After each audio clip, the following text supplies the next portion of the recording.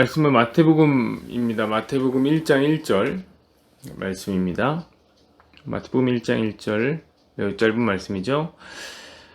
아브라함과 다윗의 자손 예수 그리스도의 세계라. 한 번 더요. 아브라함과 다윗의 자손 예수 그리스도의 세계라. 오늘은 개역 한글로 읽어드렸습니다.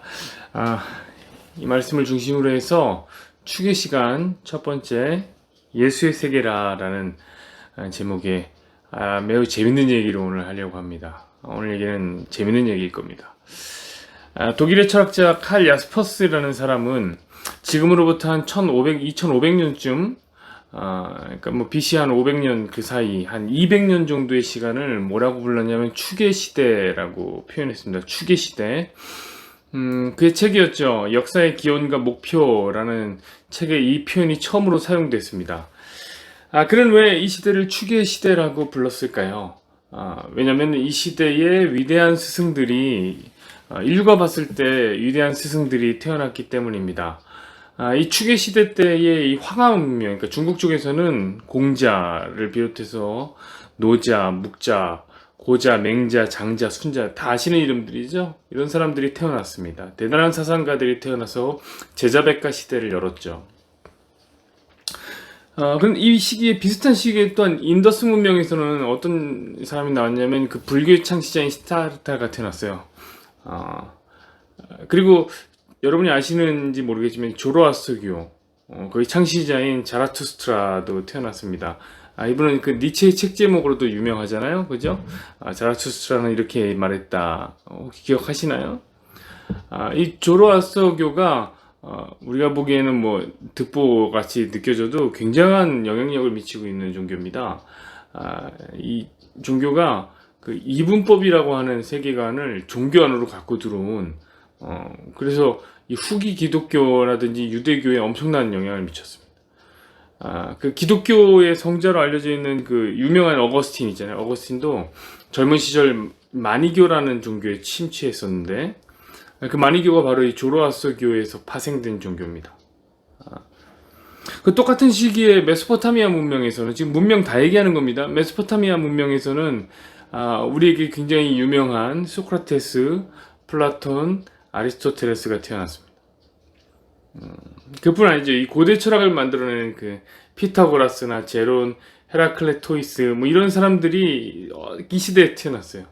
그래서 야스퍼스라는 사람이 한참 보니까 이 시대가 그저 인류의 정신사의 거대한 어떤 전환점이 됐다고 생각한 거예요. 그래서 이 특정 시대 한 200년 정도 되는 이 특정 시대를 뭐라고 그러냐면 추계 시대라고 부른 것입니다. 인류의 전환점이다. 정신사의 완전한 승리다. 여러분 한번 제가 호명한 사람들의 면면을 한번 보십시오. 진짜 대단하지 않습니까? 공자, 소크라테스, 시타르타 이들은 진짜 인류의 정신이고 인류의 지성입니다.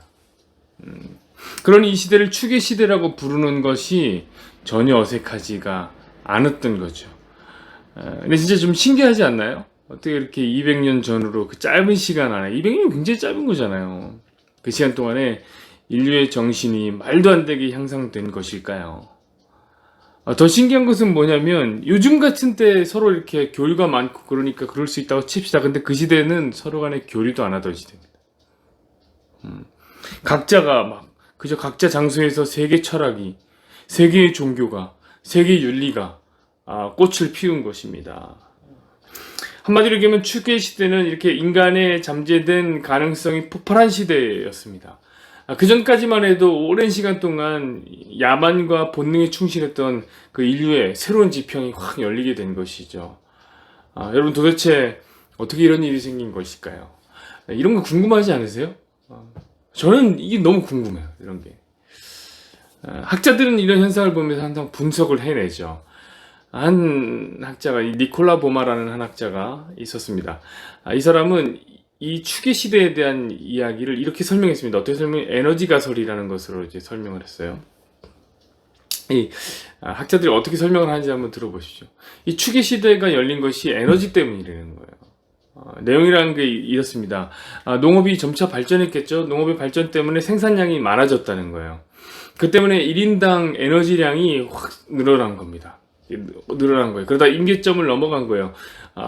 그러면 인간에게는 장기적인 예측이 필요하다라고 이 사람 얘기한 겁니다. 어렵지 않아요. 예를 들면 이런 겁니다. 하루 벌어서 하루 먹고 사는 사람들은 계획이 필요합니까? 필요하지 않습니까? 별로 필요 없어요. 무슨 계획이 필요해서 그냥 하루만 잘 살면 되는 거죠. 그런데 돈을 쓰고도 남는 게 생기기 시작한다? 그럼 이제 그때부터 보험도 들고 그때부터 저축도 하고 재테크를 시작하는 것이죠. 바로 그 얘기를 하는 거예요. 에너지가 임계점이 넘으면서 인류가 정신활동을 통해서 비로소 장기적인 계획을 준비하기 시작했다는 거예요. 그게 추계 시대라는 것이죠. 어떻습니까, 여러분? 그럴싸하지 않습니까? 그러나 만약에 이 가설이 사실이라면 오늘날을 어떻게 설명해야 될지를 모르겠어요. 이 시대를 설명할 수가 없어요. 여러분, 사실 우리가 사는 이 시대보다 1인당 에너지량이 많은 시대가 없었을 거예요, 역사상. 우리는 지금 산업화와 자동화를 통과하면서 수요보다 공급이 훨씬 넘쳐요. 공급되고 있는 것을 다 주면 수요를 훨씬 넘어갑니다. 에너지 폭발 시대를 맞이했습니다. 자, 그러면 이제 우리는 더욱 장기적인 안목이 필요하지 않을까요? 더욱더 훌륭한 정신이 필요하지 않을까요? 그래서 이 시대의 정신이 어디로 가고 있어요? 진짜 더 고귀하고 더 진보한 생각이 우리 시대에 나오고 있습니까? 저는 아니라고 생각해요. 그거 아니죠. 재밌는 것은 뭐냐면 에너지가 거대해지면 거대해질수록 인간은 더욱 고귀해지는 게 아니라 더욱 물질화되어 갑니다. 이제는 인간이라는 존재까지도 에너지 일부로 치환되고 있어요. 치부되고 있습니다. 여러분, 자본주의는 괴물이죠, 괴물. 자본주의는 자본을 천박하다고 여겼던 그 공산주의를 죽여버리고 오늘날 이데올로기를 지배하고 있습니다. 그런데 한번 생각해 보세요. 생각해 보면 이 자본주의는 이 공산주의의 창시자인 마르크스의 생각을 그대로 실현하고 살고 있는 것 같다는 생각이 듭니다. 왜냐면 마르크스가 이 세상을 바라보던 그 세계관이라는 게 있는데 그 세계관이 뭐냐면 유물론이라는 거지. 유물론은 다 물질 덩어리라는 거예요. 인간도 다 합치면 몇 푼어치 안 되는 한 10,000원 정도 되는 물질로 구성되어 있다. 그렇게 생각했던 거예요. 그래서 공산주의에서 사람들이 그렇게 죽어나갔던 거예요. 공산주의자들. 이거 얼마 안 되니까, 몇 푼어치 안 되니까. 그 세계관 때문이죠. 그런데 우리는 그런 세계관이 싫었던 거예요. 인간은 존엄하다고 생각했죠. 그래서 공산주의를 물리친 겁니다. 그런데 오늘날 자본주의 안에서 희한하게 모든 것이 다 그 물질이 되어가고 있어요. 물질 그 이상도 이하도 아닙니다. 이제는 인간의 정신활동이라든지 노동력, 심지어 사랑, 결혼, 숭고하다고 말할 수 있는 가정까지 다 물질로 치부해버립니다. 가격표가 먹여지고 있어요.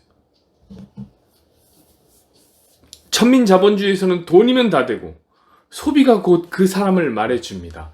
자, 에너지가 많아졌는데 정신은 더 빈약해지고 있다. 그렇지 않아요?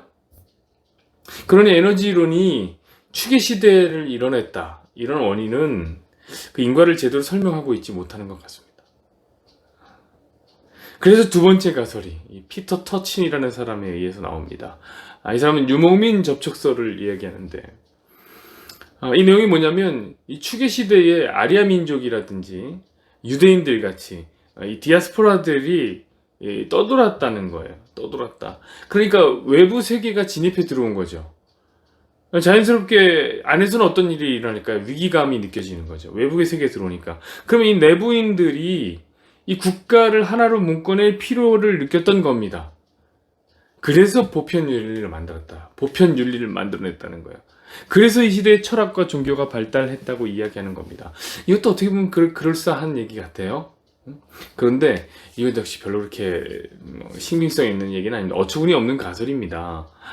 여러분, 사실 이 추계 시대를 떠돌아다녔던 아리아 민족이라든지 유대인 유목민들은 우리가 알고 있는 그 유목민들, 대표적으로 이 징기스칸의 기마병들, 이런 것과는 차원이 달랐어요.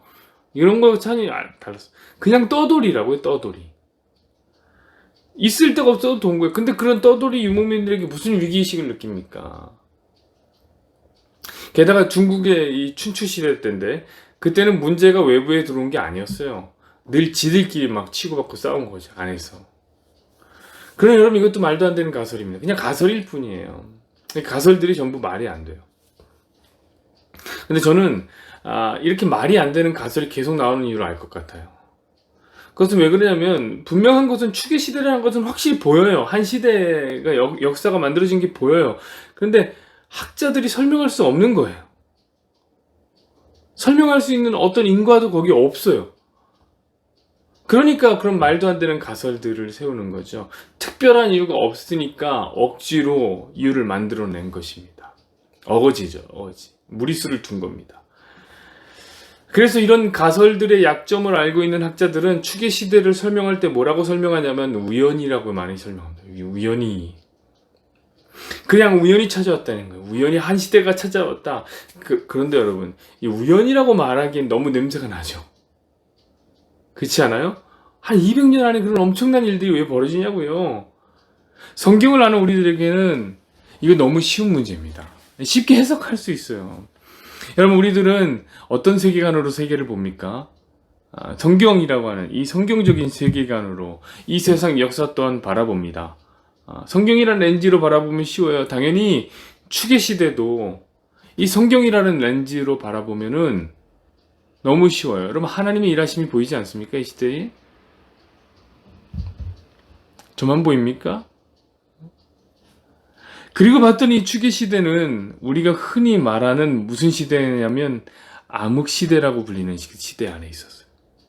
그 신구약 중간사, 그 시대쯤을 차지하고 있어요.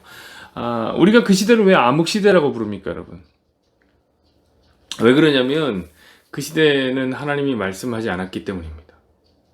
신약과 구약에 암흑 시대가 있어요. 400년 넘게 있었죠. 빛 대신 하나님의 계시와 임재가 보이지 않았기 때문에 우리는 그 시대를 암흑 시대라고 불렀습니다. 근데 여러분, 그 차이점이 혹시 보이세요? 제가 오늘 쭉 말씀드린 그 시대가 성경은 암흑 시대라고 말하는, 그러니까 성경은 가장 어둡다고 말하는 이 암흑의 시대가 이 세상에서는 가장 빛나는 추계 시대라는 거예요. 여러분, 이 세상 나라와 하나님 나라가 얼마나 다른지 이해가 되십니까? 너무너무 달라요. 그 차이가 너무너무 달라요. 한쪽에서는 추계 시대라고 막 지켜 세우는데 우리 그 시대는 암흑의 시계다라고 깎아내리는 거죠. 인간이 그 가능성을 최고조로 높이고 인간의 지성이 최고조에 이르고 인간의 정신이 가장 빛나는 그 시간을 하나님은 뭐라고 얘기하냐면 암흑과 같다, 이렇게 얘기한 겁니다. 여러분, 늘 하나님의 역사는 그럴 때 시작됩니다. 여러분, 하나님이 믿음의 조상 아브라함을 준비하신 것을 한번 생각해 보십시오. 바로 그 직전에 어떤 일이 있었습니까? 바벨탑이 있었어요. 바벨탑 사건이. 여러분, 그 시대, 바벨탑 시대 때는 니무롯이라고 하는 세상의 영걸이 세상을 지배하던 시대입니다. 대단한 사람이 나온 거죠. 여러분, 그 당시 사람들은 얼마나 강력했는지 아세요? 수명이 기니까 엄청난 노하우를 소유하고 있었어요. 그래서 그들은 하늘 꼭대기까지 탑을 지어서 우리가 그 인류가 다 함께 모여서 살자라고 할 정도로 그 시대에 빛나는 자연과학을 이루고 노하우를 지니고 살았다고.